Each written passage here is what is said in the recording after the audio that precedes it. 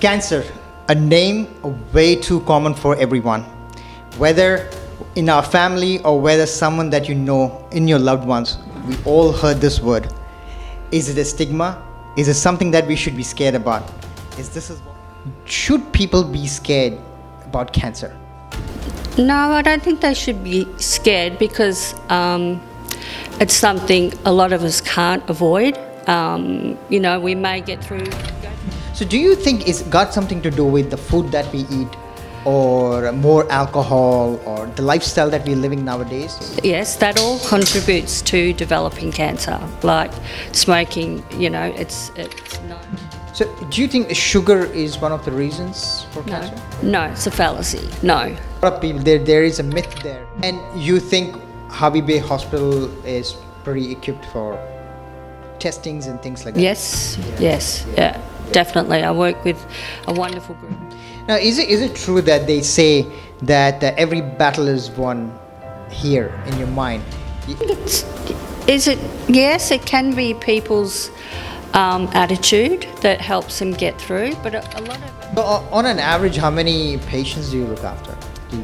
Wow, so today, just an example, I've contacted 20 people, and they're not all new, none of those are new patients. So... What is one cancer that you wish no one should? Everything is bad, but one thing that you wish that one cancer that no one should get it? Probably because of what I've seen is the head and neck cancers. So let's say stage 1 to stage 4. I know it can vary people to people, yes. Cancer to cancer. Yes. But what can you expect? Can it be like, it can take years to 1 to 4, or it can be rapid? It can be rapid depending on how aggressive the cancer is. Would you think that there ever be a time where the whole cancer will be eradicated? Not in my lifetime. I think it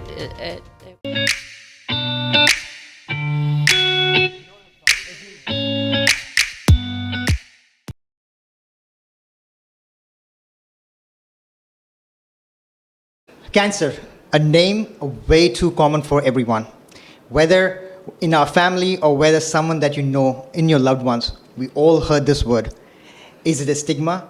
Is it something that we should be scared about? This is what we're going to talk in our podcast. Our guest today, Penny Stevens, who works as a clinical nurse in Hervey Bay Hospital here. We're very close contact with cancer patients, caring them and looking after them. And we're going to deep dive into her journey and how she enjoys what she does. Penny, welcome to the podcast. Thank you, Linton. Thanks for the invitation. Thank you. Penny, I think we had a brief chat before, and I just want to know, tell us about your journey on how do you got into this, and yeah. Okay, so I've been a nurse for about 25 years, and I've been working in Hervey Bay for about 14 years. We moved from Victoria up to Queensland, and I got into cancer care probably by accident. It was something that I'd always been interested in and felt passionate about, but I was actually working as an emergency department nurse, so I was working in the Hervey Bay ED department, and the night shift was killing me. So I picked up a shift in our oncology day unit about 13, 14 years ago, and it's just led from there. And yeah, I'm a senior clinical nurse. I'm a clinical nurse consultant. My role is cancer care coordinator, which I've been doing for just over 5 years, and it's been a steep learning curve in some ways, but it's been very rewarding. A lot of people say to me, gee, you've got a sad job, but that's the furthest thing from the truth. It has its sad moments, but it's the most rewarding because you're helping people get through a very difficult time in their life. And I guess those patients, that have since passed, they've taught me something valuable, and that's to don't look too far ahead, live life, live in the moment, and, reach out for help if you need it. And, yeah, that's probably... Now, so cancer, a word that is spread around like crazy Yes. with a lot of people. Yeah. And I think that's one reason that a lot of people get scared when they get it. Should people be scared about cancer? No, I don't think they should be scared because it's something a lot of us can't avoid. We may go through life without knowing anyone that's had cancer, but that's very, very rare. And I think it's about being aware that it's out there and being mindful of what you can do to help minimise your risk of cancer. So what is some of the types of cancer are very common? Let's say Queensland. In Queensland, well, melanoma is high, of course, but it's surprisingly there's a rise in bowel cancer. Lung and bowel cancer are probably the most prevalent in Hervey Bay, with breast and prostate cancer at steady numbers. But since coming to work in cancer care, the referrals are just increasing week after week, month after month. So, is cancer, the risk of cancer increasing? No, it's just people are becoming more aware and more assertive when they go and see their GP, and screening has, improved as well. Yeah, okay. So I think more and more there are more testings available, more facilities available, and people are more aware. Yes. Hey, let me go and do a blood test, do my checks. Yes. And they're finding out, so it's not too late before you find out. Yeah, no. If you do all you can to have any test that's available, and of course if you've got a family history, that then there's that, you're more vigilant with being aware. But sadly, with a lot of cancers, it's not picked up until there's a symptom, a side effect of the cancer, and usually too often it's too late for cure. So if you have it, like for men who have regular prostate screening, people have their bowel screening, skin checks, breast examination, all those sort of tests that are out there and available, that a lot are picked up that way as well. So did you say melanoma? Yes. What is melanoma cancer? Melanoma is like any cancer. It's just a cell that has mutated, the changes in the DNA inside the cell, and that's what causes it to grow out of control and change and mutate. And that it's because we all have melanocytes, that's for the colour in our skin, but it's not just your skin. You can get melanoma, I've had someone that had melanoma in their cervix, and you think, well, how does the sun get there? So it's independent of the sun. Exposure to the sun actually increases your risk of getting melanoma, and so does family history. But it can happen, just out of the blue. You get a diagnosis of melanoma cancer, and you think, well, I've never had a melanoma removed from my skin, and it's actually occurred because the melanocytes have gone out of control. There's something they've missed. The check mechanism that every cell goes through when it develops. And it can come to anyone, any Yes. age group. So there is nothing. The older we get, the risk increases. Okay. Yeah. So but the one with the melanoma, is it more like a skin cancer? That's what most people know about melanoma, is about that it's a skin cancer. Yes, that's predominantly the largest group of melanomas is the skin cancers. Yeah. In your career, when looking after with patients and everything, what do you see? Is it more males or females that you see predominantly coming? With melanoma, there's neither one or the other. Of course, with breast cancer, it's women, but men get breast cancer as well. And I suppose there is a rise in younger women getting ovarian cancer, cervical cancer, breast cancer, and bowel cancer in particular. But predominantly men have a greater risk of developing cancer because they're probably not as vigilant about screening. They're about blasé about symptoms, and the statistics show that more men have lung cancer, more men have head and neck cancers. So it depends on the type of cancer. Bearing in mind there's 200 types of cancer.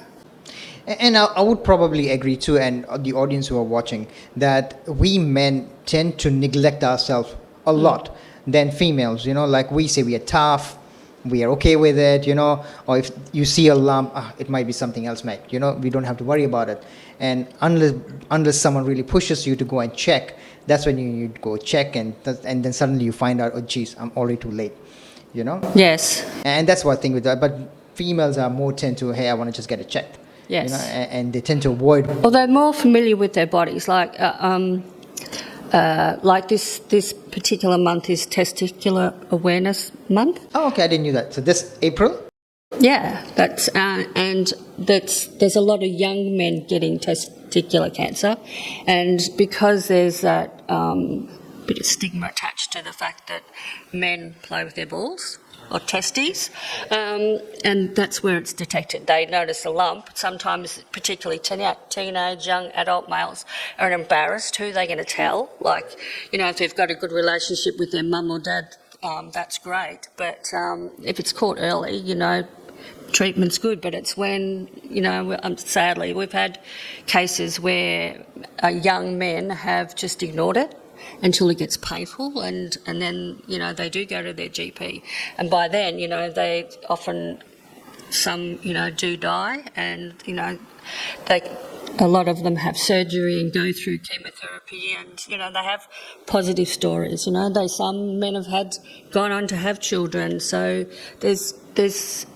both ends of the spectrum of really poor outcome and good outcome, and in between. Yeah, correct. Yeah, and this is why we have Penny on our podcast, because the exceptional work they put behind, you know, and we're so fortunate in Australia that we have those facilities. Yes. To get done, and that's why more and more people should go and do it, because you don't want to, because yes, in a third world country you can understand the facilities are not there, things are very expensive, but our government here looks after in many ways. I know that we have to improve a lot in many places, but I think it's still been looked after. Yes. I think more and more people, and I think awareness like this podcast like this spreads more awareness, you know, like I really didn't know about the testicle cancer thing, you know, like which is a great thing, you know, like know your body. But be familiar with your body, what it looks like, what it feels like. It's your body, own it. Yeah. So do you think it's got something to do with the food that we eat, or more alcohol, or the lifestyle that we're living nowadays? Yes, that all contributes to developing cancer. Like smoking, you know, it's known to cause, a lot of people think lung cancer. Yes, it does cause lung cancer, but what a lot of people don't realise is that it causes head and neck, throat, tongue cancers, which are often horrific, because they're, you know, you've got very prominent people that have developed throat cancer of the, you know, in their mouth, and their whole life has totally changed. They can't talk properly anymore. So that's probably one of the more severe forms of cancer to get, which is more common than men, and caused by alcohol, tobacco use, chewing tobacco, and drinking, the two combined. Yeah, so it's a you know, recipe for disaster if you're a heavy smoker or a smoker and you drink alcohol as well. Okay. Yeah.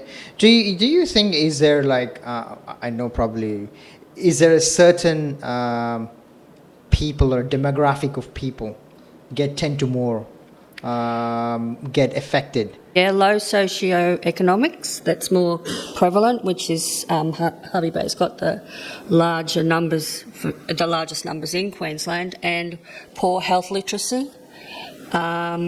Age has got a big thing to do with it, because, as I said, with age comes increased risk, and lifestyle, yes, because where a lot of people are sedentary, even though we live in a very lovely place with sunshine and great place to go and walk, there's still a lot of people are sedentary. They wouldn't exercise 5 times a week. They don't really take care of themselves with diet and, watching what goes into their mouth. And So, do you think sugar is one of the reasons for cancer? no, it's a fallacy. No. A lot of people, there is a myth there. Yes, that is a myth. Yes, the body, the human body, and all cells need sugar to survive, and and having too much sugar might cause diabetes.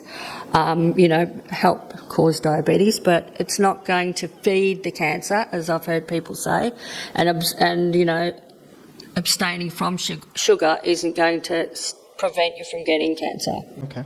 Yeah. So, what are some of the early warning signs that people should be aware of? Okay, so if it's skin cancer, it's a change in the way something looks on your skin, a lump that's developed, that's growing. Any lump anywhere in your body? Yes, Yep. anywhere. And pain is often a late symptom. Coughing up blood or a persistent cough can mean that it's a go and get a check, and it could be lung cancer. It might not be lung cancer. So any change from normal. So how you are today, if you notice a change, go and get it checked out. See your GP at least once a year. What is a CGP? See your local doctor. So your GP should be like your closest friend, and he will advocate, for you and make sure that you have all your tests. So don't say no to something that's free. Yeah. So even like on a regular checkup that you do, like a blood test. Yes. They say that you can find the traces of cancer. Is it correct or? For PSA, yes, but we use blood tests. We use tumour markers. We take a blood test and we're looking for specific tumour markers for each type of cancer. And when we see that there's a rise in conjunction with change, pain or something, and a CT or a mammogram, something like that, the diagnostic imaging, then the blood test sort of goes hand in hand. But for screening, it's only prostate cancer. Okay. Yeah. Yeah. And you think Hervey Bay Hospital is pretty equipped for testings and things like that? Yes, definitely. I work with a wonderful group of clinicians, and I know that our hospital is staffed by some remarkable surgeons and physicians, as well as all our nurses. Yeah, so I'm probably might be going a bit off chart here, but I just want to ask, so if someone gets a cancer here, the full treatment and everything can be done here in Hervey Bay? Yes. Depends that in saying that what specifically we don't have the group of patients that develop a blood cancer. We don't have a haematologist in Hervey Bay, so if you're diagnosed with multiple myeloma or leukemia, you have to go down to Royal Brisbane and have your treatment. We have started to do simple treatments that can be done by injection, but most treatments for blood cancers is done by an intravenous infusion, which can only be done at Royal Brisbane Hospital. So for people, and once again, if you're elderly and you're diagnosed with a blood cancer, it's a big burden to drive down or get on a train and go down and see the haematologist, have your treatment, because there are a lot of unpleasant side effects, and age, the older we get, we're less tolerant. We don't see any children or teenagers, thank goodness, because that would be very confronting for me. But yeah, we can do everything: radiation, chemotherapy, immunotherapies, targeted therapies. We can do in Hervey Bay. Is there a lot of wait time when you come to?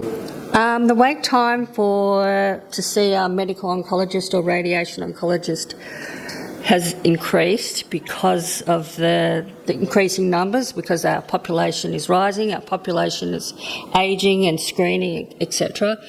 So it can be up to two to 4 weeks, and it's the same with starting treatment. Of course, if it's time critical, if treatment is for cure, which means that if you're diagnosed early and we're going to give you treatment, we'll get you in as soon as we can and shrink that tumour, then you'll have surgery. So that's one way of having treatment, as well as radiation. Or some people have surgery up front, and then there's a critical time window to start chemotherapy and radiation, so we get them in as quickly as possible. Because if you miss that window of opportunity, then it's too late. And that's why I think it's very crucial for you guys, that window of time. Yes. Because every patient, once it's detected, there is a time frame. Yes. The longer it takes, Yes. you're getting into more riskier bracket. So early stage is the better, but if you're looking at, you're diagnosed at stage 4, it's not for cure. And you can have chemotherapy and radiation. There's no option for surgery, but then it's palliative care at some stage. I know you've been in this field for so many years. Do you think, has the facilities, the treatment for cancer, the chemotherapy, has it improved? 100%. Yeah. Because I know that back in the days when someone had a chemo, they just goes completely really bad. You in the bed, you lose all your hair, and there's a whole lot of side effects. Does it still happen with a lot of people, or is it a common thing that happens? Well, there's side effects with any treatment.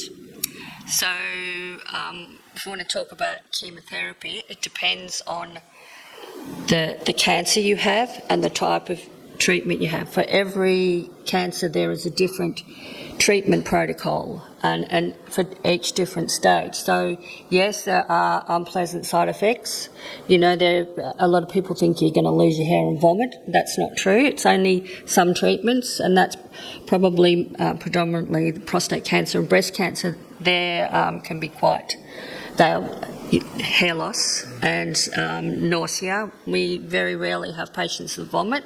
If someone starts vomiting, we said that's an oncology emergency. They have to go to our emergency department. So nowadays there's lots of pre-medication to take and lots of medication during treat before they actually start their infusion, and medication to go home. And if you're not tolerating the side effects, we want to know, and we wouldn't stop treatment unless that was what you wanted, but we can adjust the medications and adjust the dose of treatment depending how you respond. But if treatment is for cure, it is going to be hard going. But some people have their treatment and then they go to work afterwards or go to work the next day. So it's not like it used to be, because when I first started there, I had a picture in my head that I was going to see people sitting around with boxes of tissues because of the sadness and buckets because they were sick all the time.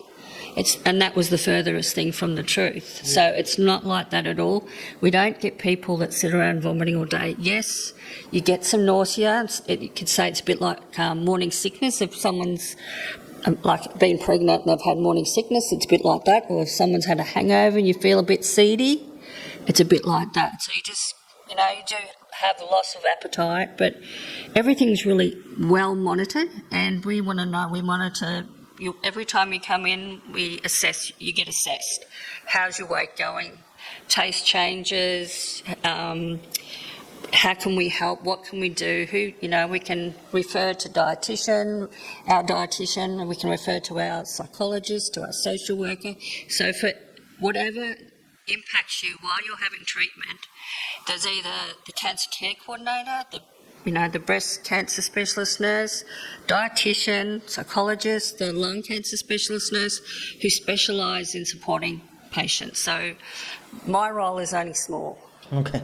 Yeah, because there's so many people involved in different stages of the whole treatment process. Well, all the way through from diagnosis. So when someone comes and they're referred to our service, if it's not breast, lung, a prostate, touch base with them and find out what they want to know, what do they know already, and then if they've got it, they're dependent on an income, we can link in with our social worker. If they've started to lose weight or they've got loss of appetite, refer to our dietitian, or they're really struggling, coming to terms with the diagnosis, we've got our psychologist, or even if they're having problems with their mobility, we've got a physiotherapist. Occupational therapist can help, do an assessment at home to see how we can help. Mm-hmm.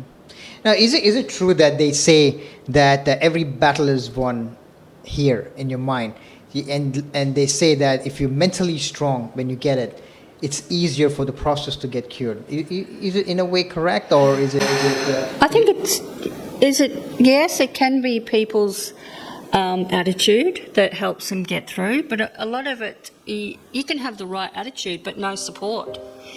And if you're impacted by your cancer diagnosis and treatment, you can't go to work. Even the strongest of minds, if you've got no support network, no one to turn to, then, that's going to make someone crumble. So, yes, attitude has a lot to do with it, and the outcome, be positive. That's certainly what everyone that I've met in cancer care that's going through the journey, they have a positive outlook, and that's what's motivated me and kept me optimistic and feeling positive, even on my, the worst, busiest days and busiest weeks, and I think, gee, I wish I was, could be in another job. It's a thank you card or flowers that come from, or just a phone call from a patient or a patient's relative that makes a difference. So on an average, how many patients do you look after? Wow. So today, just an example, I've contacted 20 people, and they're not all new. None of those are new patients. So some weeks, the cancer care coordinator could be coming in contact with over 100 people. That's not uncommon. Never sit around looking for work to do. That's in Hervey Bay. So you're saying, okay, that's busy. That's a lot of people. That's busy. Yeah. I can give you the statistics for the new medical oncology referrals in 2023 for the whole year was just for Hervey Bay. Bundaberg's different. It was 485 new patients for medical oncology. And for radiation oncology, it was 599 new referrals. Then in 2024, new medical oncology referrals was 512. So it's gone up every year, and to date. So let's say 5 years ago, what were these numbers? Less. Yeah, they've gone up, and that's why we've had to increase services. When I first started, 14 years ago, we had a visiting fly-in, fly-out oncologist from Royal Brisbane. We had our hospital doctor, and we had 3-4 nurses, and we had our cancer care support team. And we were busy all the time, but that's like a tenfold increase. We've gone from a small room where we did all our treatments, not much bigger than this room, with 13 chairs, into our new building, which we've been in for, must be getting on for 9 years. So, and there's never an empty seat. There's always a wait time to see the medical oncologist. There's always a wait time to see the radiation oncologist. And of course, those oncologists are reviewing patients every day. So the only day that they've got a spare day is on Friday, but then it's all catch up and paperwork and chasing up stuff. So there's new patients are in getting treatment from 7:30 in the morning till 4 o'clock in the afternoon. And is it around the clock? There's always people working. No, it's Monday to Friday. Start at 7:30. Some of the nurses start at 7, but usually treatment starts anywhere from 7:30, with the last treatment finishing by, so the nurses can leave at 4:30. But there are plans in place to increase services so that we have treatment finishing at 8 o'clock at night.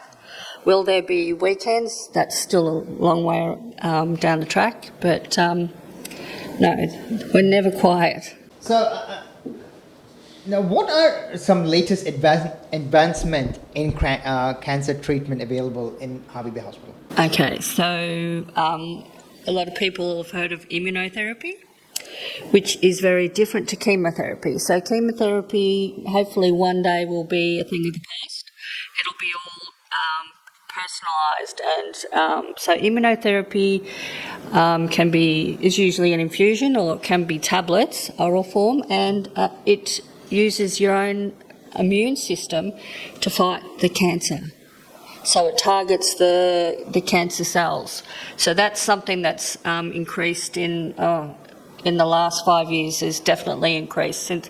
And then there's newer things called targeted therapies, which actually target the DNA and stop it from the prolific growth, and it grows out of control, and it stops it from changing and growing. So there's and radiation. We haven't always had radiation treatment in Hervey Bay. We've had chemotherapy the whole time, but we've developed immunotherapies as they've become approved by the PBS. The government approves it, and the same with targeted therapies.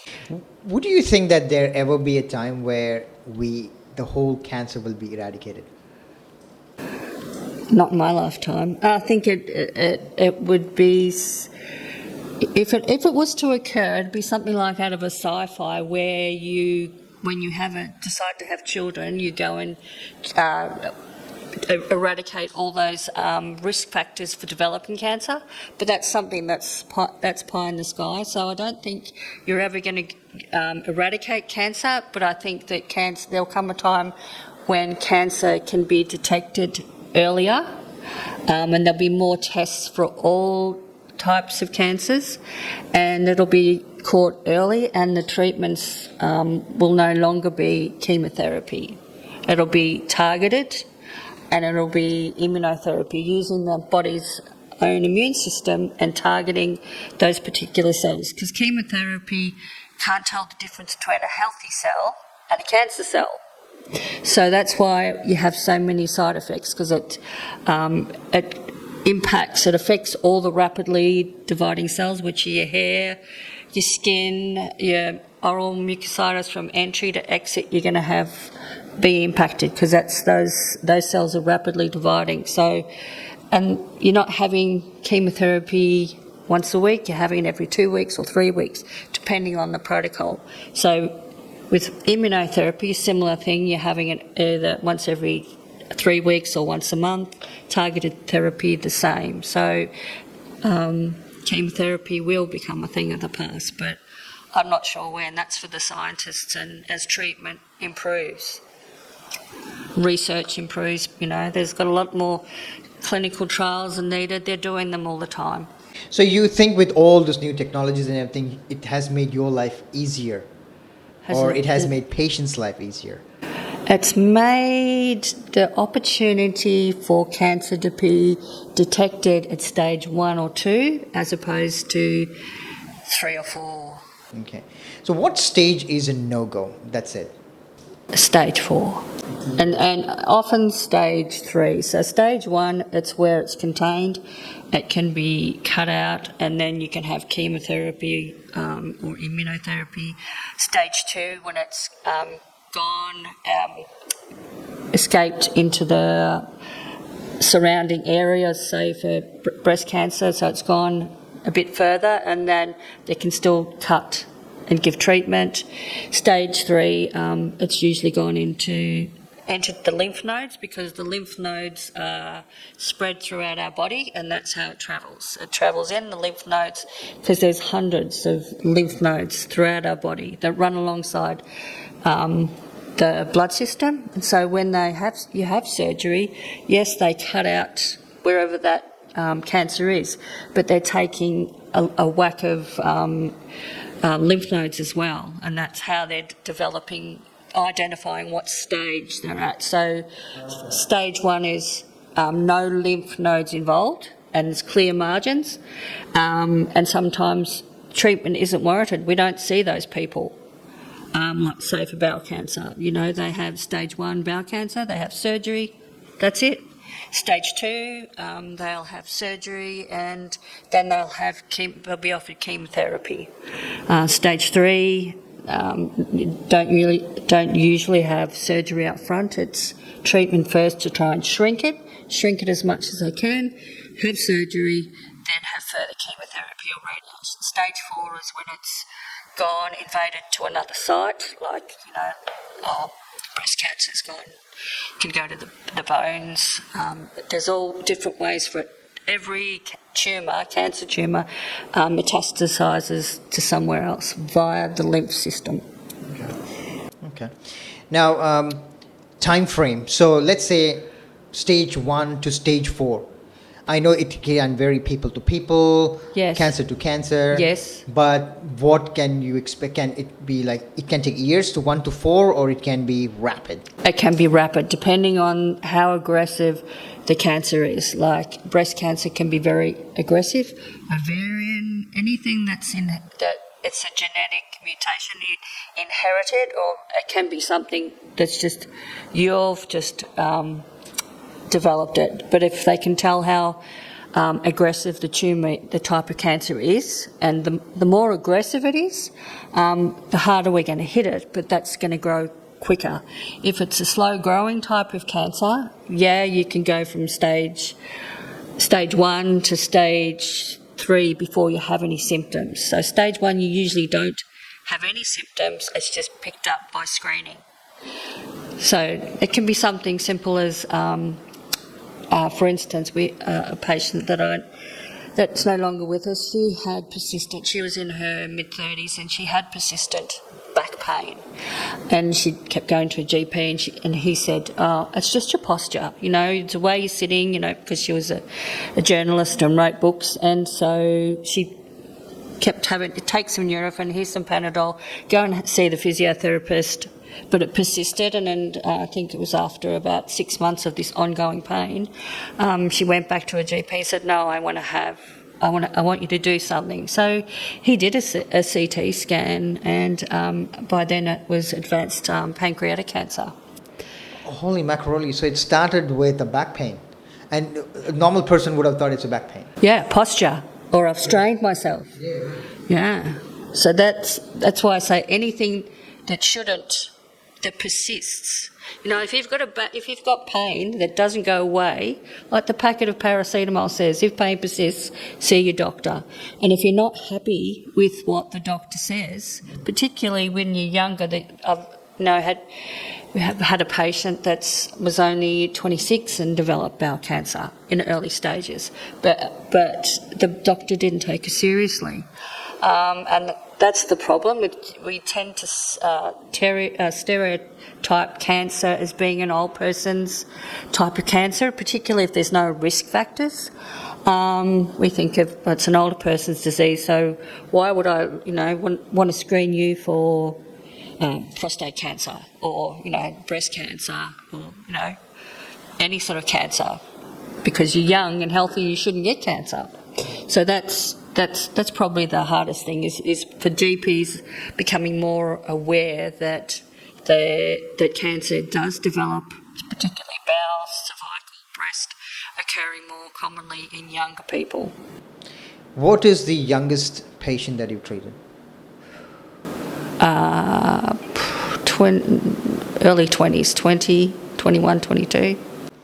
What is one cancer that you wish no one should? Everything is bad, but one thing that you wish, that one cancer that no one should get it? Probably because of what I've seen is the head and neck cancers. One story I know is that a mum with three children, she had an ulcer on her tongue, and she just thought it was an ulcer, and she finished up having part of her tongue removed. So that to me is quite scary, because not everybody's got tongue removed? Yeah, part of it removed, so she had to learn how to talk again. So that was early stage. So something is more significant and advanced, like throat cancer, because it's really hard you can't just see the cancer growing. An ulcer is good because an ulcer in your mouth, a lot of people get mouth ulcers and they think, oh, I must be lacking in something in my diet. They just ignore it. So that's why even something 6-monthly dental checkups, because the dentist checks your mouth, and we often get referrals from dentists who've done a biopsy of something that looks suspicious, and it turns out to be, a cancer. So they're probably, for me, they're the most scariest because of the impact that it actually has, and the prognosis is so poor. So I don't think there's no particular cancer that I'd want to get, but having had, lots of basal cell carcinomas removed from my face, and having gone through radiation for that skin cancer, I know how confronting it must be for something as aggressive as a nasty cancer.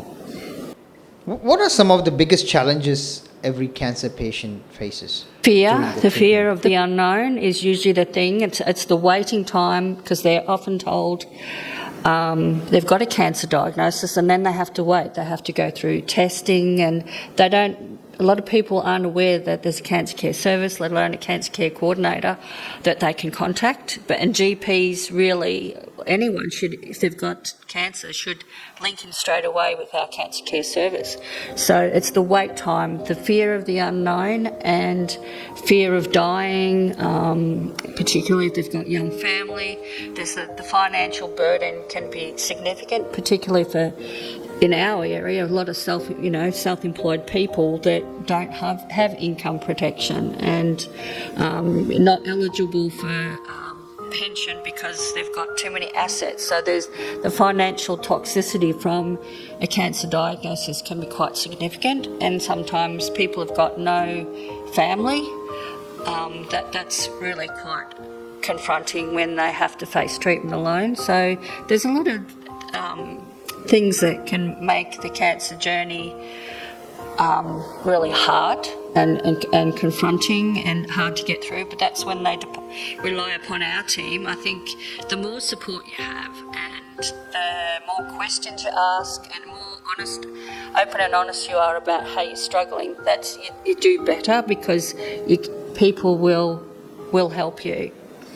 What are your suggestions? How a family and friend can best support someone going through this? Just by not being afraid to talk about it, and being how are you going, how can I help, and people accepting the help and taking that. I'm still going to love you even though you've lost something, or you're no longer able. You can't. Some people have had there's limbs removed because of cancer. So I think it's knowing that there's someone, they've still got someone, they've got a support network that will be there for them ongoing and irrespective of the outcome. What do you think, one piece of advice for younger generation or anyone in today's thing, like what you should watch for or what you should look into? Be aware of any changes. Know your family history, and see a GP once a year just for regular checkups. To, particularly living here, everyone should have an annual skin check. Doesn't matter how old you are. If you're living in Hervey Bay or in Queensland, have a skin check. Know your family history. And if you've got an issue or a concern, be the squeaky wheel, be persistent. And if you're not happy with your GP, find a new GP. But you tell your GP, this is what I want and this is what I'm worried about. And then it's up to the GP to either do the test or put that person's mind at ease to say, this is what it is. Because it's scary. How can a community help raise awareness and support with cancer patients? Well, there's how can the community help? Well, it's getting out to the community, promoting the Cancer Awareness Month. For most tumour streams, there's an awareness month, and it's having an advocate out there in our community that can actually raise awareness. We've got a lot of people in our community, like yourself, that volunteer, that have an interest and want to, they're community minded, and there's people, that will start up, funds, because we've got a lot of cancer awareness, like we've got, the breast cancer awareness month, prostate cancer awareness month, and there's always something out there in the community. So it's having somebody in the community that is aware of all the cancer awareness months, and somebody actually running it and putting it out there, whether it's on Facebook or whether it's, like a podcast, or just having that information in GP clinics, community centres. Yeah, and I completely agree, and it's all about knowing your body, guys. If you're watching this podcast, and if your body is what you know it, no one else can know it. If you think there is something that is new and something different, your body is telling something. Go get it checked. It doesn't cost you anything. We are in a country where we have so much medical facilities. It's for free. So get it done. Get it checked. It's better be early than late. Yeah.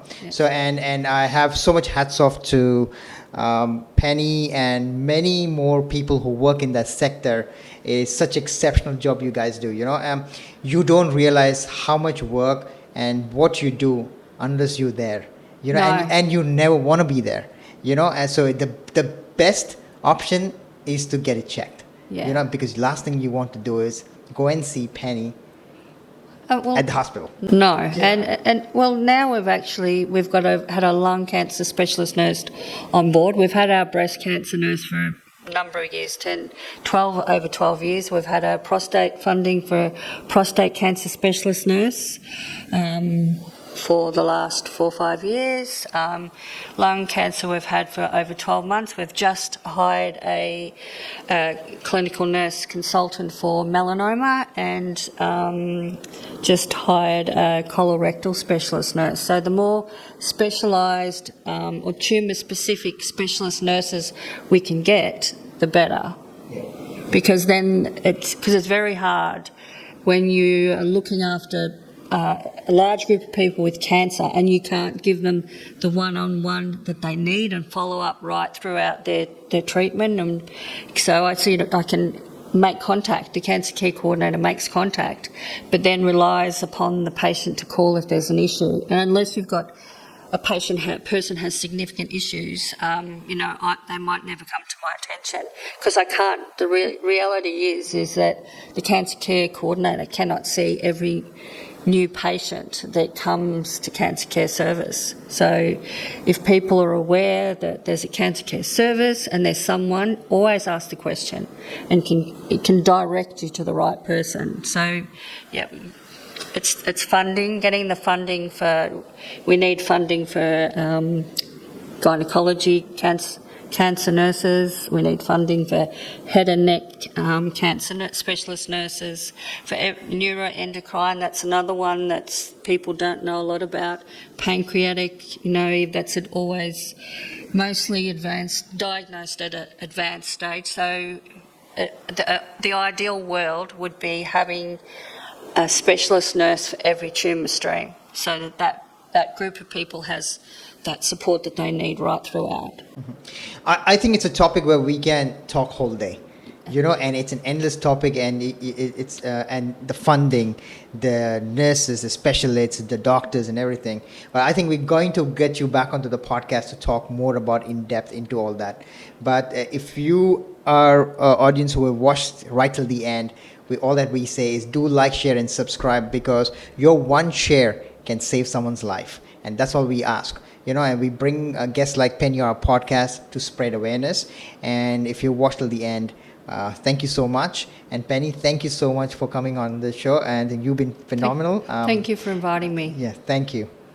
Okay, I'd just like to say that I work with a wonderful group of clinicians, great radiation oncologists, our medical oncologist, our clinical Director of Cancer Care Services, then our clinical trials, pharmacist and nurse, a dietitian, social worker, psychologist, occupational therapist, physiotherapist, breast cancer nurses, and our admin staff. If we didn't have our administrative staff,